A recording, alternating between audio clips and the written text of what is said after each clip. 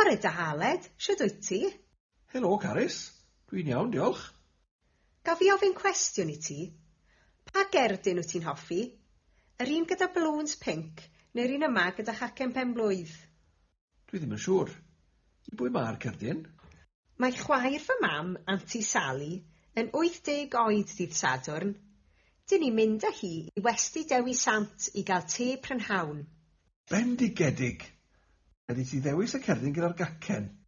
Dych chi'n siŵr o gael cacen arbennig iawn yng Ngwesty Dewi Sant? A dweud y gwir, dwi wedi coginio un yn barod. Mae Aunty Sally yn hoffi cacen ffrwythau gyda digon o frandi, a dwi'n edrych ymlaen at fwyta'r gacen hefyd. Wel, wyt ti'n gallu helpu gyda dewis anreg pen-blwydd I Thomas? Dy fab di? Be mae e'n hoffi wneud? Mae e'n hoffi trenau. Mae'r llyfr yna'n edrych yn dda, ond mae e dipyn bach yn anodd. Beth yma Chris T yna? Yr un gyda thrin glas. Perffaith. Glas yw ei hoff liwe. Wyt ti'n gallu gweld un I fachgen 7 oed? Mae e'n cael ei ben-blwydd 6 oed dydd Sadwrn, ond mae e'n fachgen tal iawn. Fel ei dad e. Dyma fe, Chris T I blentyn 7 oed. Ble ydych chi'n cael parti?